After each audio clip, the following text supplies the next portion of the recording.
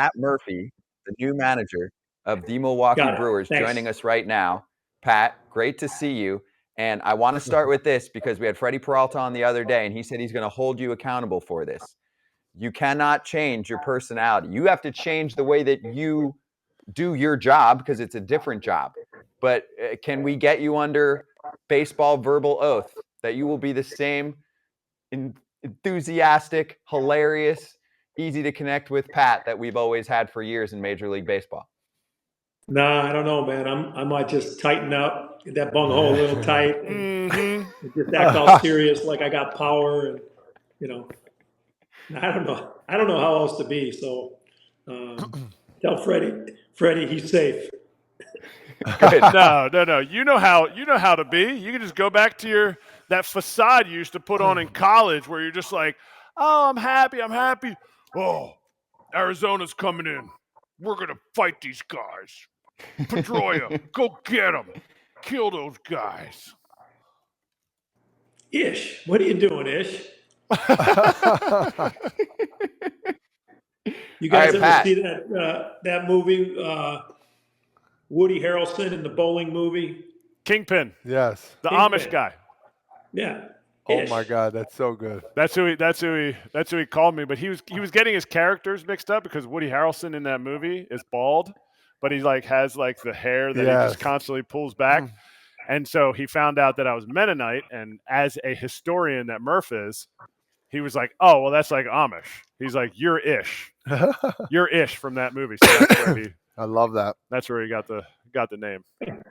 Hey, Pat, so you find out this news. Obviously, we're having you on here for the first time as manager of the Milwaukee Brewers. Was this a must-have goal in your life? Because I feel like you really loved your bench coach role and you were at peace with what you were doing and you loved the organization. So if this never happened, would you have been okay? Or in your mind, were you like, I got to get a crack at being a full-time big league manager and see if I can win a World Series and run this operation the way I think I can? Yeah, that's a great question. I don't know that I got a perfect answer. Did I want to manage? Yes. Did I love the Brewers? Did I love the situation? It was a good situation for me and my young family. Obviously, working with a guy that I had a long relationship with, getting to kind of be myself. But this just kind of happened. I didn't force it. I didn't push for it. I was totally content going someplace else. I was totally okay with what was going to happen. I just stopped. I'm at the point in my life where I just stopped pushing for things and more about just be really good at the where my shoes are. So when this all came about, it felt natural, and I'm just continuing to take it in stride if I can. Hey, was this a situation? What's going on, big dog? How you been? All right. How are you, man? Good. Great Good to to see you. We've How always you had swinging? how am I swinging? Hey, my fungo game is really good right now to my 10-year-old son's team. It's actually really good. Nice. It's probably not though because you're not getting evaluated. You're still hitting those backspin grounders. Damn it! How did you know that? you know how to pitch me all too well. That's good. I use the metal bat still. I don't even use the fungo. I'm the small metal bat guy. It's gonna take me a while to get used to the fungo, man. Yeah. I can believe that. Yes, for sure. Let me ask you this. So you go out, you're the bench coach for a long time. All of a sudden, this manager job comes in. Is this like, all right, this is the time now. Like, this is my time to go out there and finally be the manager? Or was it like, all right, I got to sit down with my wife. What am I going to do here? I'm nervous, this and that. Like, go through the whole process with it. I think people want to know that. Yeah. Well, I didn't sit down with my wife because I don't have one. But okay, I apologize. 12, 13 other girlfriends. Yeah, I sat with them all. Asked their opinion. And then, to be honest, no, I just felt like this was a transition. This was a simple thing to do. It felt right. It's not about me. It's just not. It's about the Milwaukee Brewers 2024. It's about Freddie Peralta. It's about Burns. It's about these guys from player 1 to player 60. It's about them. And my job is to, like an offensive lineman, like you open holes and you hope they run through it. And you hope you open the right hole, but you just keep doing it. You don't ask for credit. It isn't about you. It doesn't define you. It's not who I am. It's just what I do. And I want to do it. I want to do it well. How are you going to handle the fact that the rest of this offseason, going into the season, you just said it's about the 40, 60 guys, however many it takes to win another division for the Brewers? They don't get enough talk about it because they just keep winning. You guys just keep winning. How are you going to handle the fact that really this season hinges on one player in Corbin Burnes, whether he gets traded or he doesn't? How do you handle that as a new manager? You're in a new role. You know him. You know these guys. You know what makes them tick. You know how happy Freddie can be. You know how redneck Waiter can be. How do you navigate if Corbin Burnes, and I want you to tell us if he is or isn't going to be on the team, is on the team, how do you navigate that to win another Central Division championship?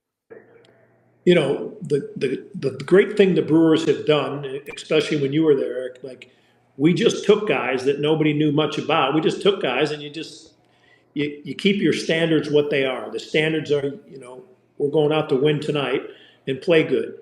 And if somebody has to step up, they step up. We're not relying on guys that are, grizzled veterans all the time. We're relying on people that we have. Okay, who's next to step up? That's always been the charge here, and I think it'll continue. I think Corbin's going to be with us, but if they get a great package, like any of these guys with a year left, it makes sense if you get the right package. Somebody wants to get crazy, it makes sense to move a player. It's not my choice, but it is what it is, and you adjust. So what is the next move you think for the Brewers right now? Is there free agents? We need a third baseman, maybe full time. Frazier to third, from the booth. You're killing me right now, bro. I'm actually getting the itch right now to come back. You're firing me up. I don't know. You'd be good. Well, you know what? Just your presence alone. Yes. Our environment that you shunned us how many times when we wanted to sign you? You signed with the. I'm That's trying to such think. a lie. No, you just kept shunning us, and then Never. now. Yeah. Now I blame it on Jeff Cedar. He bothered me too much over there at third base. Cedar, man. Yeah, he's a beautiful man. He is. He was the best. No, it's what was your question? I'm just thinking about if you could do it. You're only 2 years out, right? Yeah, I'm only bro. You are on the ball right now. I love this. I could come in first, third base, DH. You lost him.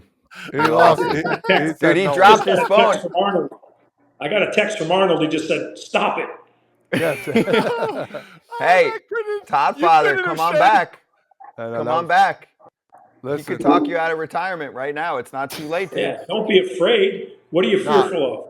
Never. Because other people don't do it. You haven't listened to what other people do the whole time. Never. So Never. You're right. 100%. You know what? Guys, I got to go. I'm going to get ready. Now, screw this interview. He didn't announce his retirement, Pat. That's a fact. Yeah, just show up in Maryville and just say, look, I want a chance. Pay me whatever you think. That's it. When the ball starts leaving the yard, you let me know. We need a guy in the middle of the order. Somebody that scares the guys. Mm-hmm. Somebody's not afraid of a number one. Somebody that can, get a little swagger, walk into the dish with a little edge. Yeah, I love that. Where the hell are you? Where are you guys going? Why are you quitting? What are you, 32? How old are you? I'm 30. Damn, bro. I feel like a little kid now. I'm 37, bro. I got to get going. You're 37. Right. Oh, Jesus. That 37, that's really old. Listen, take a look at me. You want to know old? Yeah. No. I'm coming to spring training. I'm going to do what Willie Mays did. Feel like he got cut. I'm jumping right on the field, and guess what? No, I don't even need a jersey. I'm ready to go. I'm telling you, man. Presence in the middle of the order, your perspective now from being away from it, your kids will love it. Now your kids, how old are your kids? 9, 8, and 5. Oh, perfect. My God. Now they know it. Now they know what's going on. What number did you wear, Frazier? I forgot. 21. I bet you can get 21. Oh, look at this guy. We got action over here. I'm telling you. Murph, we got action. You know who's wearing 21? Who? Who? He's wearing That's easy money then. That's fine. You'll give it. It's cool. Thanks. No, I don't need a Rolex. I don't need money. Yeah. I need you to show up in the right mindset. That's it. See, this is what people don't understand. This is the type of managers you freaking need in baseball right now. No cookie cutter bullshit, bro. Listen, I need a guy that's going to step up and have some fucking balls. Excuse my language. You need some balls here, man. I love this about him. You don't see this too often in baseball anymore. And that's the type of guy that's going to come in to Milwaukee, as he's been there before, and ask guys, prove yourself again. Last year's in the past. Let's go. Prove yourself to me why you're a beast. Why? Step up to the plate, have some swagger. I love that shit. Love it. And stop worrying about all the wrong shit. It's about competing. It's about being present.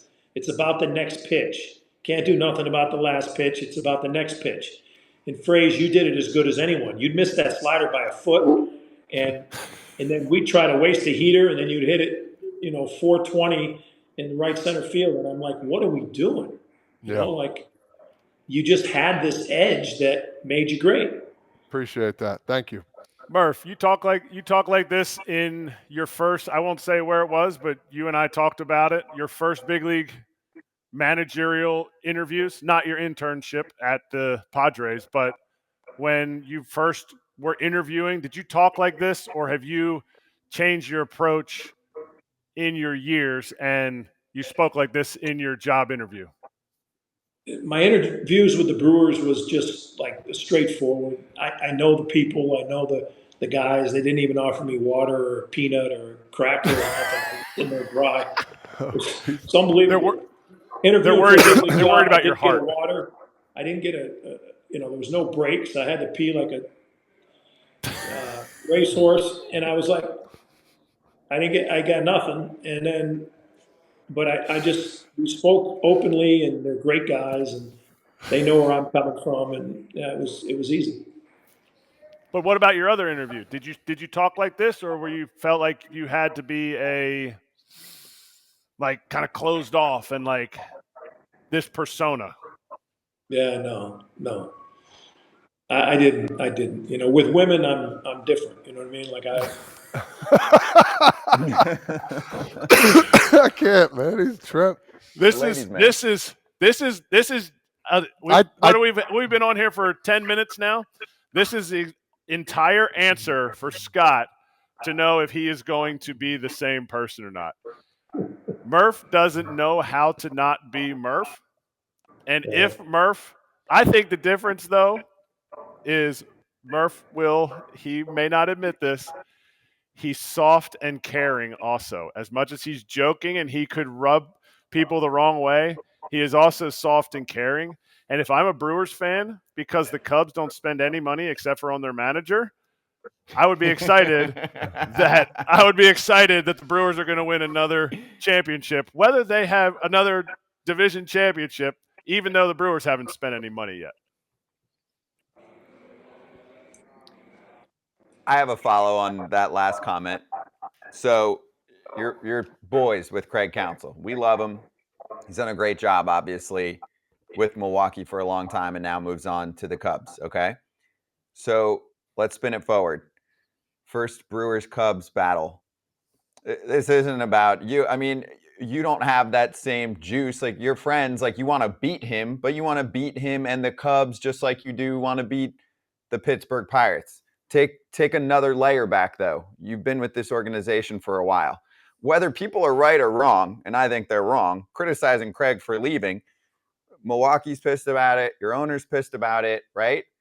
Do you feel like there will be a lot of extra juice in that series? And will you even fire up the boys a little bit more and be like, let's win this one for Milwaukee? I mean, also, let's keep in mind, Pat, this is sports. This is fun. Like, that is good for baseball to have this rivalry going right now. Yeah, I think it's good for baseball. I think what Counsell did can be viewed in many different ways. I've been close with this guy since he was 17 years old, so I don't need to comment on anything. We'll always be close. It doesn't matter what happens. We could fight, and Counsell could jump on my back during a brawl, and we're still going to be, that would be his best strategy. That's going to be what it is. Will there be extra juice? I think people will, it's just going to be so exposed. I think the fans and the people around it will be very, very interested. I think it'll be worth the price of admission. I really do. I think there's going to be a lot of people very interested. There'll be high emotion in the game. Players will feel that. There's so much energy. You guys know. There's so much energy from the stands, even in those games. I mean, Kratzy, talk about 163, man. That was incredible. Yelly came in one inning. He's like, Murph, I can feel the ground moving. Like that's the energy from the fans. Like that's we're going to have some of that in that series, I'm sure. And they're going to spend a shit ton of money here in the next month, and they'll be odds-on favorite to do a lot of things. Love that last part. Spend that money, baby. That's what more teams need to do. I'm kind of smiling right now because I know this answer is going to be pretty funny. I would assume. I think people want to know, like, talk to us what goes on during your day. I want to hear like a full day of you. After a Sunday night, you wake up Monday morning. Give us the perspective of your full day now. I'll give you today, if you don't mind. Sure. Today I woke up around 5:30. My two kids are in bed with me, my 9-year-old, my 4-year-old. My 9-year-old's snoring a little bit. So then I go downstairs and I get their breakfast ready. My one guy needs a certain shake, like a protein shake. He doesn't have a great diet yet, but I give him a protein shake with all sorts of vegetables and fruit in it. And then make bacon for my little guy. And then they get up. They get on their videos, their YouTube videos. And I've already done my notes for the day, planning for the day. Phone calls start rolling in, texts start rolling in. I do a little meeting planning. I have a meeting tonight at 6:30. It's pretty important.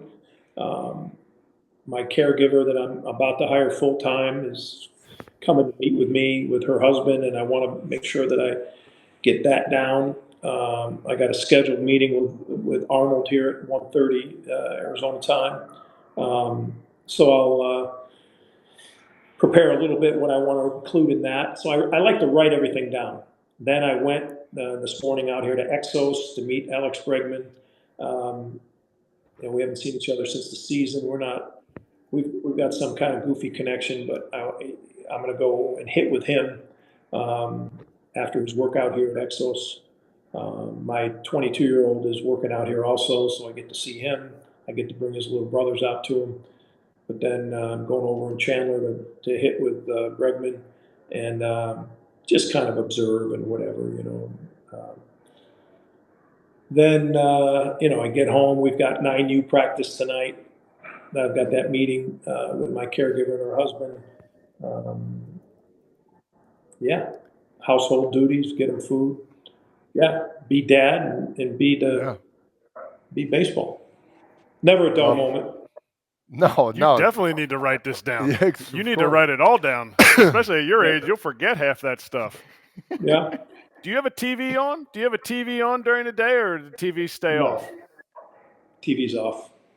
Okay, well, if you do turn a TV on, I didn't hear in there from 1 to 3 that you tune in to FT Well, Live. it's on demand. This is a live show. Like, we can just put that on, cue it up. Right. I need somebody to come to the house and get that on the TV for me. I need a personal assistant, Kratzy, if you're looking for employment. I know you got 14 children, but I'd like to. Yeah. True. Hey, I'll be your personal assistant, but you have to call me. You have to call me either Dr. Kratz every day, or you have to make me your bench coach and kick your other bench coach and make him the assistant bench coach. But I'm not going to be at any games. You just from a distance. I'm going to be your virtual bench coach. Yes. Associate virtual bench coach. I kind of figure I'm going to get that anyways because the comments I'm going to get in the text. Nice decision. You know it. You know I'm going to be over here, and here's my question for you, and this is completely off topic because we were just talking bench coach. Are you still going to be here? Are you still going to be here? No, I might go See? here. You're already Can you remember changed. him? Let's give him to the world. Let's give him to the world. Can you remember him? 5. If I start with a 5, it means nothing. Nothing. This start with a 1. is nothing. on you. 1, nothing. 2, you're picking over. 3. No. Kratzy, jeez. Come on, man. What is it? Let Frazier figure this out. This is pretty sure. Frazier doesn't know. First number, if it's 1, 5, or a fist, there's nothing on no matter what I get. Nothing. I'm always going to give you 3 numbers. 1, 5, or fist, nothing's on. Okay? So that gives me 2, 3, 4 to work with. If I start with a 2, 3, 4, we go to the second number. The second number is even, we're live. If the second number is odd, we're dead again. Can't figure them out. Can't be deciphered. It's unbelievable. That's not that hard. I forgot it. It's my fault. Okay? You can't pick them. Well, wait a minute. You never even looked over. What are you talking about? No. That's not true. That's not true. You got him. You would give me this more than anything. Use your Use damn your brain. So that was Murph's way of saying, I don't think he'll go, but if I say this and he goes, I still look least I good. told you. Because when Counts turns around like this, he goes, turns around and looks at you, you're like, hey, I told him. Smart No, man. I go, hey, in case I'm not paying attention, I'll just go like this. They'll think on the other side, they'll think like, hey, I know what's going on. Hey, he went like this. Maybe they know something. Yep. Shadows. One more for you before we let you jump. So fan question, I'll mix them together. Jackson said and it's funny, Jackson asking the question. Maybe it's him. Is Chourio opening day center fielder? And then D-Rod asking who's playing first base for the Brewers. By the way, you lost one of the top shit talkers in the game in Ratty Tellez. The Brewers-Pirates rivalry is on too. But your thoughts on what's happening in center and at first this year? Yeah, center field, we've got some great options. Garrett Mitchell is a ball player, as talented as anybody in that position. Young player with a great upside. Joey Weimer is a tremendous defender, and I believe Joey Weimer will figure it out because he's the right kid and he's got aptitude and he's not afraid. He'll make adjustments. He's also a great center fielder. Sal Frelick can play center field, among other places. Chourio, he's number 94 right now, but when he makes it to the big leagues, he'll be number 11. But it's, I'll tell you, we got some options in center field. First base, a lot of options, but Jake Bowers is with us. Really hasn't had a full-time chance in the big leagues. We're excited for him. Tyler Black is a kid that's played mostly third coming up. He's got to make the team. He'll start in AAA, one or the other. Owen Miller has played there in the past, and who knows?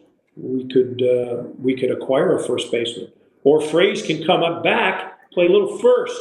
Let's go. He's cheaper than Carlos Santana. I could be a catcher too now. No. He can't. No, he can't. No, good. Murph's not an idiot. He's old. Go ahead, EK. EK, you got one more, and then Jack Flaherty's coming up. I do. So we got to make it quick so that Murph gets off of here so we can have a real big leaguer on here. But, Murph, I saw you say that about Chourio. Kratzy, nothing you can say. Nothing you can say because I know you. So just remember that. I know, but I saw you say that about Chourio. You got interviewed soon after he got his contract about him needing to earn his number. What does that mean to you because of the entire journey? You've had to earn everything you've gotten. What does that mean to you that a young kid like that has to earn his number? Yeah, I don't know that I've earned everything I got, and I consider myself fortunate. But earned is a tough word. Players earn things. I think Chourio has to come into spring training with the right mindset. He doesn't have to produce necessarily. He has to come with the right mindset, and I mean that sincerely. And he has to be aware of what it takes to be a big leaguer and what it takes for him to be a big leaguer. And when he does that, he'll be in the big leagues. But until he does that, he'll be number 94. There it is, Murph. Well, don't hold too tight to your number. We're going to spend the next few weeks trying to talk Frazier into making the trip out to Arizona. So you'll see Todd Father soon, a revamped relook. Is he a big league camp invite, Murph, or is he going to be on the Cloverleaf and then have to come over for the games? No, he can just show to the games and rake in the games, and then we'll talk about it later. You don't need to take ground balls and stretch out. It's show and go. You know how it was. I didn't need to hit. Just give me a damn bat. I was fine with it. Let's go. Show and go. Let's go, baby. Let's go. Just Pat, take we appreciate you. We're going to work on it, Pat. I know you got 9 other things on the itinerary today, so get after it. Congratulations in all seriousness again, and we enjoy the combos, and this is going to be the first of many as the head honcho there in Milwaukee. All right, we'll talk to you soon. Have me on again in October or November. You got it. Sooner before that, time, baby.